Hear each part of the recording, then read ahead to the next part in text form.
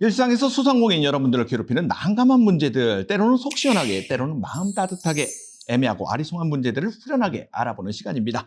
안녕하세요. 다시 돌아온 CCBB 시즌3 MC를 맡았습니다. 개그맨 권장환입니다. 안녕하세요. 자, 이번 시즌부터는요, 정부기관 전문가분들이 소상공인 여러분들의 궁금증을 해결하고자 이 자리에 모입니다. 자, 그 첫 번째 주인공은요, 대한민국 금융암행어사 금융감독원인데요. 김선아 선임조사역을 모셨습니다. 안녕하세요. 네, 안녕하세요. 금융감독원 금융사기대응단 김선아 선임조사역입니다. 반갑습니다. 반갑습니다. 자, 그리고요, 우리 소상공인 대표로요, 우리 최진호 사장님도 자리해 주셨습니다. 네, 안녕하세요. 저는 서울 강동구에서 소갈비집을 운영하고 있는 최진호입니다. 반갑습니다. 어떻게 장사 잘 되고 있습니까? 요즘 좀 힘들긴 하지만 그래도 우리 또 손님들을 보면서 많이 힘을 얻고 있습니다. 그래요? 네. 어떻게 고기 맛은 사람들이 좋다고 얘기해요? 그거는 제가 보장합니다. 그렇습니까? 알겠습니다. 그러니까 더욱더 환영하게 되네요. 잘하셨어요. 자, 그리고요, 우리 금융감독원에서 나와주셨다고 하니까요, 사실 뭔가 좀 엄청난 포스를 막 뿜뿜 막 이럴 줄 알았는데, 웃는 모습이 굉장히 선하세요. 그럼요. 제가 이름도 선아입니다. 어이구야, 그랬었구나. 그걸 몰랐네요. 이름이 선하라갖고 그냥 선하신 분이시군요. 자, 그러면요, 우리 금융감독원과 함께하는 CCBB 첫 번째 주제는요, 여러분들 많이 들어보셨을 겁니다. 심각한 문제이기도 하고요. 보이스피싱이에요. 저도 이 개그 코너 할 때 이 보이스피싱을 주제로 막 개그를 막 다루고 했었는데, 근데 이게 웃을 일이 아니잖아요. 네, 맞습니다. 저도 가게에서 비슷한 전화가 오는데 그냥 무시하긴 했었거든요. 근데 뭐 실제로 이렇게 많이 발생을 하나요? 네, 소상공인 분들에게도 보이스피싱이 현재 많이 발생하고 있습니다. 네. 그래서 뭐 대출을 해줄 테니 뭐 상환을 하다던가 또는 뭐 악성 URL을 설치하라고 문자를 보낸다던가 뭐 그런 다양한 보이스피싱이 발생하고 있는데요. 최근 경찰청 통계에 따르면 그 대출 빙자형 보이스피싱이 61%가 늘어났습니다. 그리고 또 최근에는 그 피해자와 장기간 동안 연락을 해서 고액 피해를 발생시키는 그런 수법이 많습니다. 맞아요. 이게 장사를 하다 보면은 저도 별의별 사람들 많이 만나게 되거든요. 이 맘먹고 접근하는 사람들 때문에 진짜 어렵더라고요. 네, 맞습니다. 예전보다 시나리오가 굉장히 정교해졌어요. 그래서 이제 여러 명이 조직적으로 범죄를 저지르는데, 예를 들어서 저는 금감원 직원, 은행 직원, 뭐 검사 이렇게 사칭을 합니다. 네. 그리고 피해자 한 명에게 전화를 수시로 하는 거예요. 그럼 피해자는 이게 뭐지? 해서 굉장히 당황하고 속아 넘어갈 수밖에 없는 그런 상황이 되는 겁니다. 그리고 또한 악성 앱도 빠르게 진화를 하고 있는데요. 요즘 AI 시대잖아요. 그래서 AI 시대에 맞춰서 계속해서 신종 악성 앱이 나오고 있습니다. 그래서 누구든지 조금만 방심하면 피해를 볼 수 있기 때문에 제가 이 자리에 나왔습니다. 아니 그렇게 시나리오를 잘 쓰면은 극을 쓰든지 소설을 쓰든지 그러지. 그걸 갖다 나쁜 데다 그렇게 머리를 쓰고 있어. 자, 우리 소상공인들의 슈퍼히어로가 되어주실 우리 금융감독원 김선아 선임조사역과 함께 오늘의 사연 만나보도록 하는데요. 이거 사연을 좀 읽을 때 좀 도와주실 수 있겠습니까? 긴장이 되지만 한번 잘 해보겠습니다. 긴장 안 하신 것 같은데요. 너무 잘하고 계신데. 긴장하고 있습니다. 알았어요. 긴장 푸시고요. 자, 그럼 첫 번째 사연 여러분께 들려드리도록 하겠습니다. 첫 번째 사연입니다. 안녕하세요. 서울 천호동에서 네일샵을 운영 중인 김미주 가명입니다. 최근 정말 어이없는 일을 당해서 사연을 보내봅니다. 어느 날 계좌로 30만 원이 입금이 되었더라고요. 얼마 지나지 않아 금융감독원이랑 은행으로부터 제가 전자금융 거래 제한 대상자로 지정됐다는 연락이 왔습니다. 아니 이게 뭔 청청병력 같은 소리에 깜짝 놀라서 물어보니까요, 세상에 제 계좌가 보이스피싱 의심 계좌로 신고됐다는 거예요. 해당 계좌는 물론 모든 은행 계좌와 비대면 거래가 막혀버리게 된 거죠. 아니 가게 운영을 해야 하는데 비대면 거래가 막혀버리면 이거 어쩌란 말인가요? 네, 땡땡은행 고객센터입니다. 아니 갑자기 통장이 먹통이 됐어요. 이게 무슨 일이에요? 잠시 알아보겠습니다. 고객님, 계좌가 보이스피싱 의심 계좌로 나오네요. 아니요, 저는 작은 가게 하는 사람이에요. 이게 뭔 소리예요? 통장 좀 빨리 풀어주세요. 아유, 고객님, 통장에서 신고가 들어온 사항이라 현재 전자금융 거래 제한 대상자이세요. 보이스피싱 신고를 하신 분께서 피해 구제 신청을 철회해야 통장 사용이 가능하십니다. 아니 내가 범죄자가 아닌데 무슨 피해자랑 합의를 보라는 거예요? 피해자분과 합의를 보시고 연락을 주세요. 나 미치겠네 진짜. 가게 월세랑 운영비를 써야 하는데 어떻게 하라는 겁니까? 죄송합니다, 고객님. 피해자분과 합의를 보시고 다시 연락을 주세요. 아니요 선생님, 저는 죄를 지은 적이 없다고요. 저 거래 풀어주세요. 잠깐 여보세요. 정말 너무 억울했지만 피해자 측에서 피해 구제 신청을 철회해야 지급 정지를 풀어준다는 거예요. 아니 가게 운영도 운영이고 개인적으로 너무 큰 정신적 스트레스를 받고 있습니다. 혹시 그때 입금된 그 30만 원 때문인가 해서 입금 내역을 보니까요. 텔 MC24 연락주세요 라고 적혀 있더라고요. 너무 답답한 마음에 텔레그램으로 연락을 하니 피해자 코스프레를 하면서 오히려 본인이 보이스피싱 피해자라면서 계좌 지급 정지를 풀어주는 조건으로 합의금 300만 원을 요구하는 거 있죠? 아니 무슨 소리냐며 좋게 풀자고 해도 말을 듣지도 않고요. 은행에 얘기를 해도 피해자와 합의 중재를 하고 기다리라는 이런 답변뿐입니다. 저 정말 이럴 때 어떻게 하면 좋을까요? 전 아무것도 하지 않았는데 보이스피싱범으로 몰리고 피해란 피해는 다 입고 있어요. 너무 힘들어요. 당장 재료비도 사고요. 매장 운영비도 내야 하는데 거래가 다 정지됐으니 손 쓸 방도가 없고요. 제발 제 억울함 속 좀 시원하게 풀어주세요. 라고 왔습니다. 참 진짜. 아니 저도 장사하는 사람에게 가장 중요한 거래 수단은 막단이요. 그쵸. 아니 저 역시 가게 하는 사람 입장에서는 저 고통 진짜 저는 잘 압니다. 진짜로 너무 가슴이 아픕니다. 진짜. 알겠습니다. 정말요. 요즘 그 세상에 이 보이스피싱이 정말 무섭다는 걸 저도 알고 있는데 지급 통장을 잠궜어요. 그죠? 이게 가능한 일입니까? 예, 다들 놀라셨죠. 이런 보이스피싱 수법을 통장 협박 또는 뭐 통장 묻기 이렇게 표현을 합니다. 이 소상공인 통장 계좌에 이제 소액을 입금을 해요. 30만 원 이렇게 예시처럼 입금을 하고 자기가 보이스피싱을 당했다라고 신고를 합니다. 네. 그러면 그 계좌가 지급 정지되거든요. 근데 이제 소상공인분은 그거를 계속 사용을 해야 되는데 묶여버리는 거예요. 그러다 보니까 피해를 입게 되고 이 협박범이 이제 전화를 합니다. 그래서 고액을 요구합니다. 고액을 요구하면서 이걸 주면 내가 네 계좌를 풀어주겠다 이렇게 하는 그런 수법입니다. 아니 이거 정말 나쁜 거 아닙니까 진짜? 아니 신고를 해서 협박을 한다고요? 믿어지지 않습니다. 알겠습니다. 좀 릴렉스 하십시오. 그 마음 충분히 저는 이해해요. 알겠습니다. 아니 근데 일단 범죄자들이 어떻게 소상공인에게 소상공인인지 알고 또 이렇게 접근하는지 이것도 궁금해요. 네, 지금부터 알려드릴게요. 네. 그 많은 소상공인이나 자영업자분들이 네이버 플레이스나 뭐 블로그 등에 이제 거래 편의를 위해서 개인 그 연락처랑 계좌번호를 올려놓는 분들이 많습니다. 그렇죠. 이 정보를 이용해서 통장 협박을 하는 겁니다. 이게 저도 전화번호가 그 인터넷 가게 정보에 올라와 있거든요. 왜냐면은 예약을 편하게 좀 하려고 그게 올린 거거든요. 이거 좀 조심스러워야겠습니다. 맞죠. 네, 그래서 우선 이런 일이 일어나지 않게 예방하는 게 중요한데요. 그래서 편하다고 이런 곳에 계좌번호를 불특정 다수에게 올려놓는 것은 좀 하지 마셔야겠습니다. 알겠습니다. 여러분 주목해 주세요. 자, 번거롭더라도 정보 노출에 더 주의를 기울이셔야 될 것 같습니다. 아니 그런데 말이죠. 사연자 본인이나 사연을 들은 저희 입장에서 너무 안타까운 상황이에요. 저 안타깝죠. 그런데 결론만 딱 놓고 말하면 사장님 계좌로 모르는 돈이 들어오는 거니까 이게 사장님의 억울함을 입증하기가 조금 애매한 경우가 될 것 같습니다. 저는. 와, MC는 진짜 나쁘시네. 저 나쁜 사람입니다. 네? 저 나쁜 사람이에요. 저 마음에 안 들어도 좀 이해해 주세요. 냉정하게 보자고요. 전문가님, 이거 책임 소재를 어떻게 나눠야 되는 겁니까? 네, 우선 사연을 보내주신 소상공인 분이 피해를 입으신 게 맞고요. 통장 협박 수법으로 입금된 돈을 확인하면 바로 은행에 전화를 해서 내 통장에 모르는 돈이 입금됐다. 그러니 이거 통장 협박 수법인 것 같으니 합의 정제 절차를 진행을 해달라. 이렇게 요청을 하시면 됩니다. 여기서 중요한 포인트. 합의 중재 절차를 은행에 연락을 해서 취하라. 맞습니까? 네, 맞습니다. 물론 은행에서 이 사실 확인을 해야 되잖아요. 네. 사실 확인도 하고 또 이제 다시 전화를 해서 지급정지 해제 의사도 확인을 해야 하기 때문에 시간은 소요될 수가 있어요. 그러니 급하다고 아까 사기범의 합의 조건 300만 원 이렇게 보내버리지 마시고 좀 기다려 주시기 바랍니다. 저도 가게를 하는 사람이다 보니까 돈 거래 안 된다는 말만 들어도 이게 어지럽잖아요. 그럼요. 제가 이 사연자님이라도 기다리기가 참 쉽지 않을 것 같아요. 근데 신고한 보이스피싱범한테 그 합의금을 보낸다고 그 정말로 계좌 지급 정지가 풀어지나요? 그렇지 않습니다. 그 네. 보이스피싱 범에게는 절대로 그 계좌를 지급정지 해제할 권한이 없어요. 네. 그렇기 때문에 합의금을 보낸다고 해서 문제가 절대 해결되지 않는다는 점을 숙지하시기 바랍니다.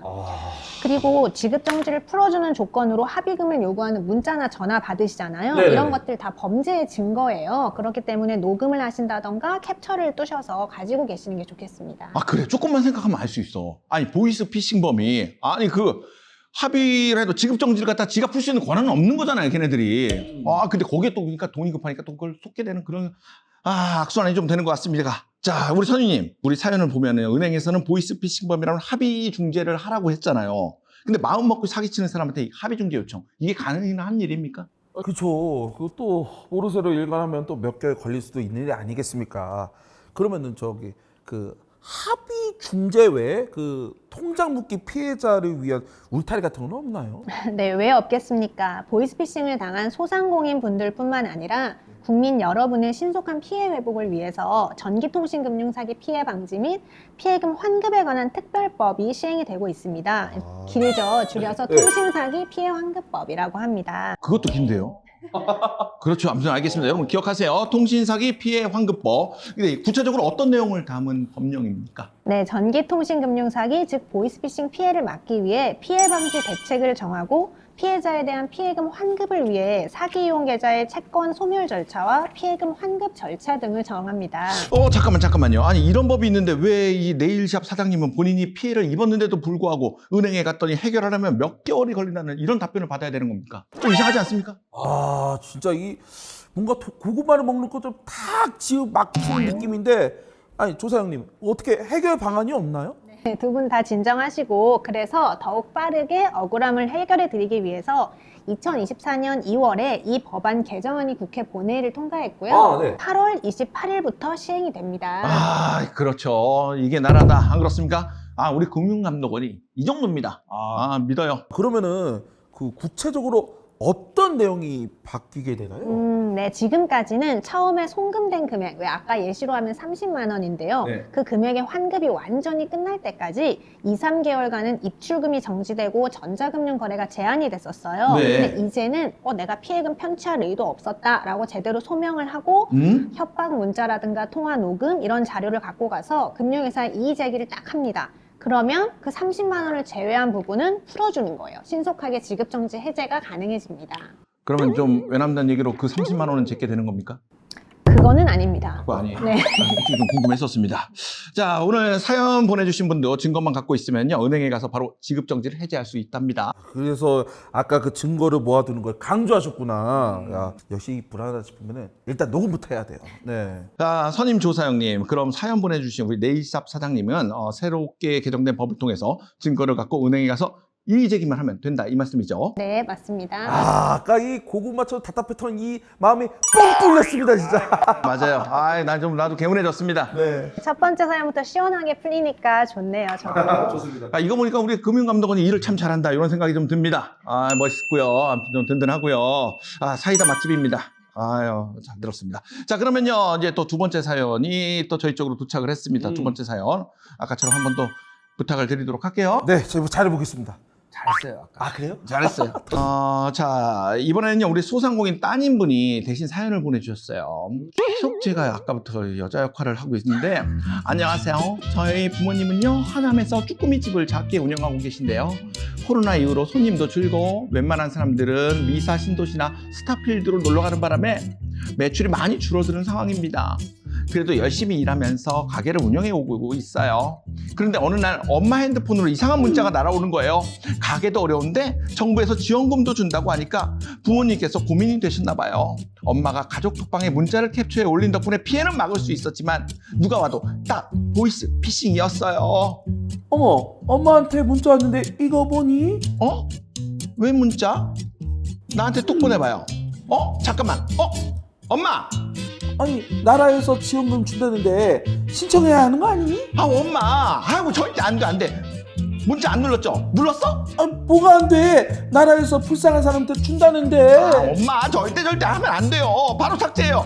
이것도 보이스 피싱이라고. 뭔 소리야? 요새는 정부에서도 보이스 피싱을 하니? 그 문자가 다 사기예요. 혹시라도 비슷한 거면 무조건 나한테 보내요. 무조건 나한테 보내. 알겠어요? 아니, 이럴 수가. 필요 서류도 없고 긴급 대출금이 최대 5천만 원에 금리는 연 3.5% 내외라고 적혀 있더라고요. 접수 기간은 누가 들어도 알만한 은행 기관으로 되어 있고요. 링크를 클릭하면 바로 신청 가능하다고 하고요. 저랑 오빠가 단박에 보이스피싱이라는 걸 알고 절대로 링크를 클릭하지 말고 삭제하라고 해서 피해는 막을 수 있어 다행이었는데요. 경기가 안 좋은 요즘 이런 식으로 솔깃한 조건에 시중은행이나 정부기관 이름을 들먹이면서 소상공인 돈을 빼돌리려고 하는 보이스피싱 수법이 점점 늘어나는 것 같아서 속상합니다. 부모님께서도 정부기관에서 보낸 거라면 믿을 만한 게 아니냐고 하셔서 이것도 보이스피싱이라고 설명을 해드리니까 그제서야 납득을 하시더라고요. 사실 힘든 상황에서 이런 문자 받는다면 나도 모르게 링크를 클릭할 수 있을 것 같아요. 이런 수법을 걸러낼 수 있는 방법은 없는 걸까요? 참 해답 알려주세요. 야, 이거 진짜 공감이 가네요. 정말 공감이 가요. 이게 저도 은행에서 사업 대출 받으려고 정말 이리 뛰고 또 저리 뛰고 해서 겨우 했거든요. 근데 갑자기 이렇게 쉽게 해준다는 거 하면은 정말 솔깃하죠. 그쵸. 근데 저도 이걸 읽으면서 알겠는데 이걸 갖다가 한 발자국 뒤에서 딱 이걸 떨어져 보면 왜 이걸 속아? 이거 당연히 사기건 아니야? 라고 하는데 막상 어려운 순간이 나한테 딱 왔어. 근데 이런 문자가 와. 이거 구세주 같은 거야. 그러니까 이거 또 클릭하게 되는 거. 이런 거 아닐까요? 맞아요, 맞아요. 그리고 일단은 정부 기관이라고 하면 일단 믿음이 가잖아요. 일단 한번 더 보게 되잖아요. 예? 또 사장님들도 힘든 시기에 이런 문자를 받으면 혹시나 하게 되잖아요. 맞아요. 저 같아도 그럴 것 같아요. 네. 네, 이런 수법을 대출 빙자용 보이스피싱이라고 하는데 네. 요즘 경제적으로 힘든 소상공인의 그런 피 같은 돈을 뜯어가는 나쁜 사례라고 할 수 있습니다. 아, 정말 이 보이스피싱범들 내가 잡히기만 하면 진짜 가만히 안 두도록 하겠습니다. 그냥 확 그냥 막 그냥 나도 그냥 원투 펀치. 양양포치예요? 일단 구멍이 잘못됐죠? 자, 우리 선임 조사장님. 자, 그러면 말이죠. 이 대출 빙자형 보이스피싱은요. 이건 어떤 방식으로 이루어지고 있습니까? 네, 사연 내용처럼 문자 등으로 접근을 합니다. 그래서 은행이나 정부기관을 사칭해서 대출 상담을 해주고 보증료다 아니면 뭐 신용등급을 상향하는 그런 비용이다 이렇게 요구를 해서 그 돈을 받고 난 후에 잠적을 해버리는 경우가 있습니다. 아니 대출 상담까지 하는 척하면서요? 야, 완전 전문적인데요? 저도 장사하면서 급하게 돈 필요할 때가 많거든요. 진짜 조심해야 되겠습니다. 아, 맞습니다. 조심해야 됩니다. 네, 그렇죠. 더 나아가서는 그 요즘 유명한 대환 대출을 이용해서 고금리 대출을 저금리 대출로 이제 바꿔주겠다. 네. 내가 집 근처로 은행원을 보낼 테니 기존 대출을 상환해라 라고 해서 이 현금 수거책이 쭉 걸어가서 돈을 받아오는 그런 수법까지 등장하고 있습니다. 그리고 이번 사연 들어보니까 문자 안에 링크가 아까 있었잖아요. 네. 이것도 보이스피싱의 일종인 스미싱입니다. 아니 이거 뭐 스매싱도 아니고 스매싱이 뭔가요? 네, 스미싱은 이제 문자에 있는 그 URL을 누르면 그 악성 앱이 그 피해자의 휴대폰에 설치가 되는 그런 겁니다. 다행히 아까 그 사연자분은 링크를 클릭하지 않으셨잖아요. 그런데 이제 최근에 예를 들어 신용카드가 발급되었으니 혹시 본인이 신청한 것이 아닐 시에는 콜센터로 연락 바랍니다. 이런 문자. 네, 보셨죠? 받았어요. 그래서 받은 것 같은데? 그 콜센터 번호에 전화를 하면 바로 보이스피싱 조직에게 그 전화가 연결이 돼요. 네. 그래서 이제 그때부터 시작해서 금융감독원이나 뭐 검찰 등을 사칭해서 계속해서 전화를 하면서 범죄자를 압박하고 그렇게 하다 보니까 깜빡 속아 넘어가는 그런 상황이 벌어집니다. 네, 그리고 만약 아까 그 URL까지 클릭하면 그 휴대폰에 악성 앱이 설치된다고 했잖아요. 그러면 내가 좀 이상하다, 의심이 간다 싶어서 112로 눌러요. 그러면 경찰이 아니라 보이스피싱 범죄자에게 연결이 됩니다. 진짜 말도 안 돼, 진짜. 네. 그렇기 때문에 그런 상황이 벌어지면 지인의 옆 사람 전화기를 사용하시거나 뭐 홈페이지 PC를 사용하시거나 그렇게 하셔야 될 것 같아요. 네. 그리고 개인정보 노출자 등록 시스템 또는 명의도용 방지 서비스 신청을 통해서 추가 피해도 예방하실 수 있습니다. 정말 여러분들 이거 잘 기억하셔야 될 것 같습니다. 아, 소름 돋아요. 네. 그리고 개인정보나 금융정보가 노출된 경우에는 내 계좌에서 돈이 빠져나가면 큰일 나잖아요. 그래서 바로 계좌 일괄 지급 정지를 신청을 해서 안전하게 재산을 보호하시기 바랍니다. 계좌 일괄 지급 정지 기억해 주시기 바랍니다. 네, 유출됐다 그러면 바로 연락을 하셔야 되며. 자, 잘 들으셨죠? 근데 얘기하다 보니까요. 대출 빙자형 보이스피싱이라고 해서 다 같은 게 아니네요. 보이스피싱 종류가 엄청나요. 그러게요. 그럼 저기 선임 조사장님, 바쁜 소상공인들을 위해 그 보이스피싱 피하는 팁 몇 개만 딱 알려주시면 좀 감사하겠습니다. 네. 두 가지로 요약을 해서 알려드릴게요. 첫째로 금융회사는 절대로 불특정 다수에게 대출을 권유하거나 개인정보, 금융정보를 요구하지 않습니다. 그러니 이 금융회사나 정부기관을 사칭해서 전화, 문자, 카톡 등이 오면 보이스피싱이라고 보시면 되고요. 네. 거기서 보내주는 링크는 절대로 누르시면 안 되겠습니다. 그리고 네. 혹시라도 클릭하셨을 경우에 뭐 자기의 개인정보라던가 금융정보를 입력하시면 절대로 안 됩니다. 알겠습니다. 이제 난 안 당할 것 같긴 한데. 자, 그리고 또 다른 팁이 또 있을 것 같습니다. 두 번째 팁 어떤 겁니까? 네, 아까 말씀드렸다시피 신용등급 상승이나 대출 관련 특혜 등을 조건으로 뭐 작업비다, 보증금이다, 뭐 이런 것으로 돈을 요구하는 것도 불법입니다.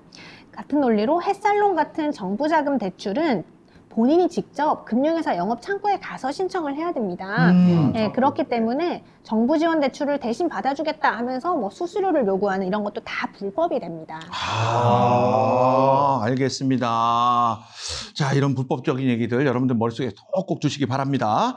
자, 보통 이런저런 말들로 많이 유혹을 하잖아요. 뭐 예를 들어 뭐 쉽다, 빠르다, 조건이 없다, 뭐 너도 된다, 나도 된다, 뭐 이런 얘기 많이 하는데 이게 다 이유가 있는 거였어요. 자, 조심도 하고 의심도 하고요. 자, 그래도 만에 하나 이러면 안 되지만 속아서 돈을 입금했어.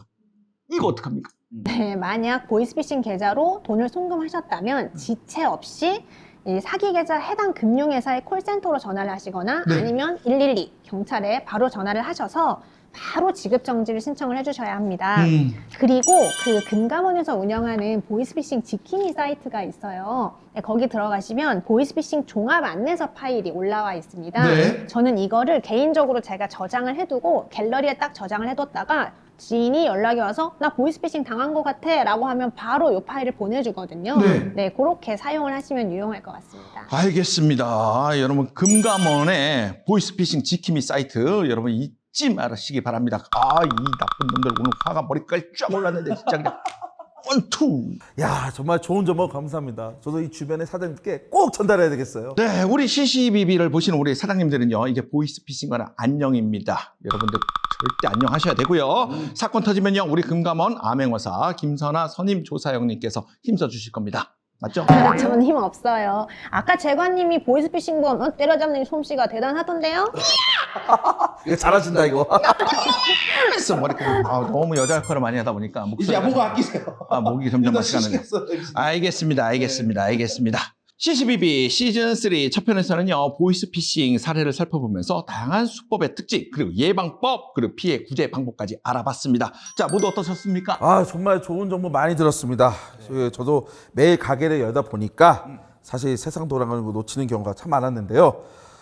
첫 시간부터 진짜 많은 거 많이 배웠습니다. 그러니까 혹시 전화기를 투지폰으로 바꾸면 어떻습니까? 왜요? 그 문자도 그 클릭 안 되잖아, 그거는. 네? 요즘 투지폰이 없나? 쓸데없는 소리였고요. 자, 우리 조사형님. 일목요연하게 오늘 설명 너무 잘해주셨어요. 아닙니다. 오히려 여러분들이 이제 제 말을 집중해서 잘 들어주셔서 정말 감사드립니다. 이 영상 보신 분들이라면 부디 피해 당하시는 일 없기를 제가 많이 바라겠습니다.